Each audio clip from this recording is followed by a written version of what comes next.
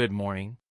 I got called up in 1916, and ever since, my mailing address has been a muddy trench somewhere in France. Officially, it's called the front line. Unofficially, I call it a hotel that doesn't serve breakfast but does offer complimentary gunfire. Let's start with the accommodations. Picture a hole in the ground, about 6 feet deep, with water sitting ankle deep year-round, sometimes knee-deep. We call it trench foot. Not because it's fashionable, but because your feet literally rot from the constant damp. They even issue us a special foot ointment for it. The romance of war, right there. Food is its own story. The staple is canned beef we call bully beef, and biscuits so hard you could patch a dugout wall with them. If you're lucky, there's jam. If you're unlucky, the jam ran out back in 1915, and it's still the same tin. The neighbors leave something to be desired.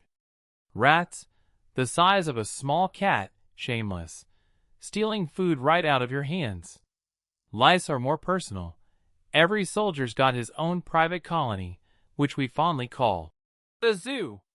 There's even a whole ritual, lice hunting, along the seams of your uniform, burning them out with a candle.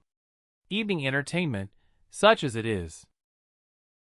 Danger here doesn't just come from the enemy.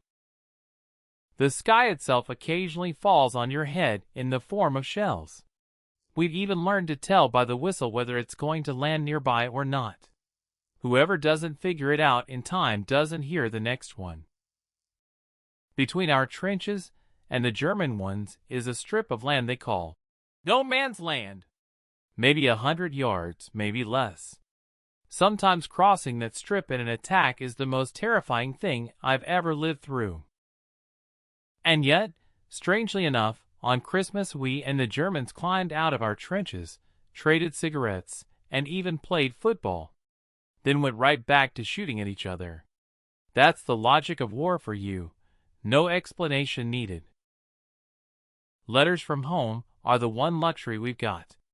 You read about Mum baking a pie, the dog chewing up the slippers again, and for a second you forget what hell surrounds you. Censorship cuts out half of what I write back though. Can't say where we are. So the letters all end up sounding like, "I'm doing fine, lovely weather here," while I'm sitting knee-deep in mud with shells going off. Humor is what keeps us going.